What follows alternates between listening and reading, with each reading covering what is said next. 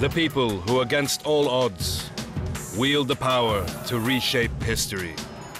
People in power at this time on AlJazeera. A history of guerrilla warfare. A place on the global stage. They were an organization created for a stateless population.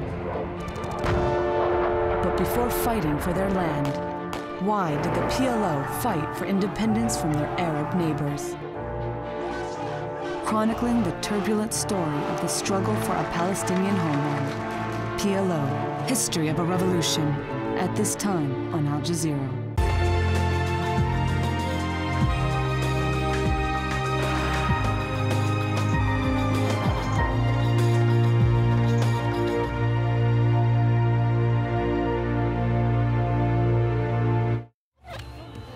Yet another battleground emerges in Libya. Anti-Gaddafi forces claim control of the strategic town of Ras Lanouf. But forces loyal to Colonel Gaddafi claim they're back in control of AlZawiya.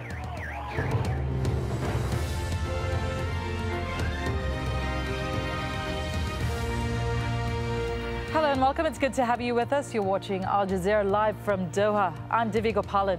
Also ahead, China acknowledges it's time to change with an annual address to the nation focusing on money and happiness. Protesters stormed state security headquarters in Egypt after claims officials are destroying documents. Plus, the moment several women were gunned down in Côte d'Ivoire, but will the international community intervene?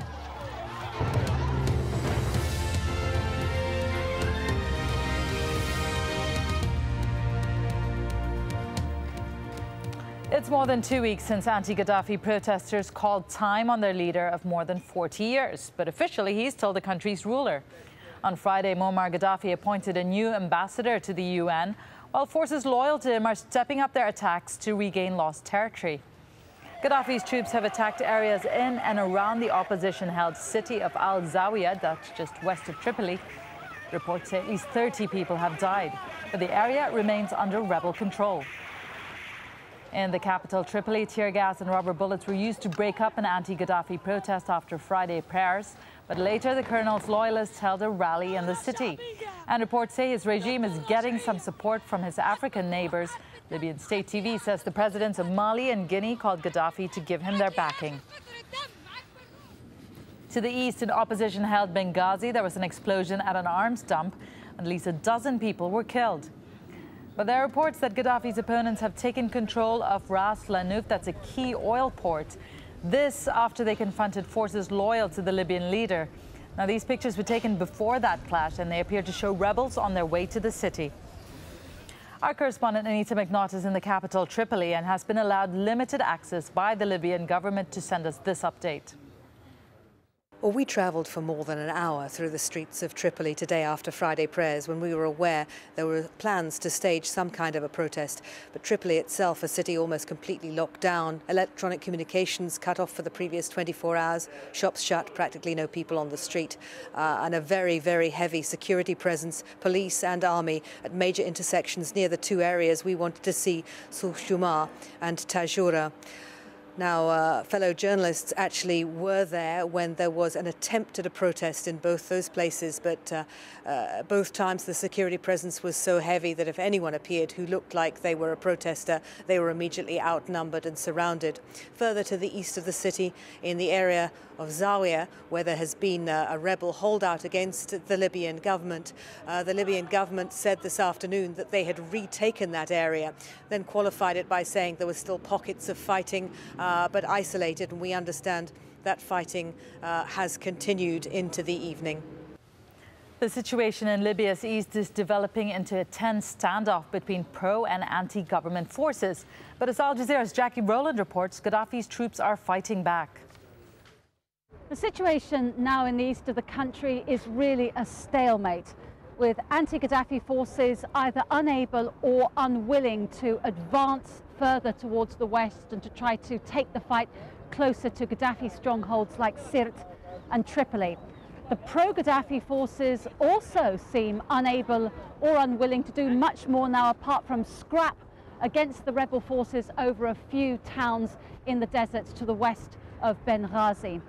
Now, when you look at the rebel forces, they're a rather undisciplined, unorderly bunch. Some of them will freely admit to having no military experience as recently as a week ago. And the weaponry they're using is a combination of old Soviet anti-aircraft guns and also some newer weaponry. But they are very undisciplined. They just seem to be letting off ammunition at the moment, wasting ammunition with no particular purpose.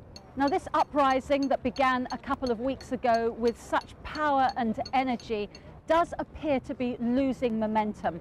And if anything right now, it looks as though the pro-Gaddafi forces have the upper hand. China's Premier Wen Jiabao has pledged to clamp down on inflation, corruption and raise income levels. Wen told the annual National People's Congress in Beijing the measures are necessary to maintain social stability. Let's get the latest from Melissa Chan, who is in Beijing. Melissa, tell us what the theme of this year's talks are.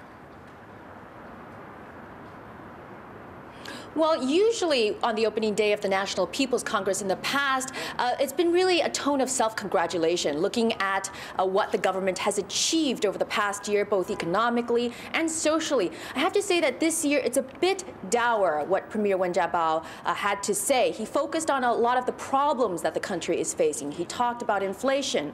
He talked about corruption, telling the delegates that were sitting right in front of him that they will be required to report their income, their investment, and their real estate assets. So again, it's very interesting, it's very subtle, but having covered the National People's Congress opening remarks every single year over the past few years, it does seem that this government is a little bit more worried about what ordinary people are going through and what the ordinary people might think and react.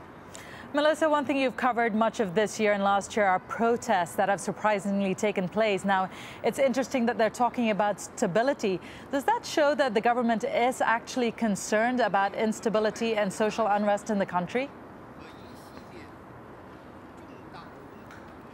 The government is always worried about stability in China, but I think the root cause of this is particularly because of the economic forces in this country. Inflation is a huge problem, and inflation and the price of food particularly is affecting every single person in this country, and that's what's really bothering the public. The other thing is real estate, and Premier Wen did go out to promise, quite incredibly, although he didn't give a timeline, to promise low-income housing to 20% of urban populations in the country. That's just a tremendous number if you consider there are 1.3 billion people in this country, and more of them are moving to the cities. So a lot of bread and butter issues based on economic factors here. And Melissa, what can we expect in the coming days of this NPC? Well, the National People's Congress runs for 10 days. It gives an opportunity for political leaders around the country to convene here in Beijing to discuss a variety of issues, a lot of things on the economy, like I said, but also it's a way for the delegates who don't usually have a chance to meet and discuss and perhaps build bridges and opportunities for business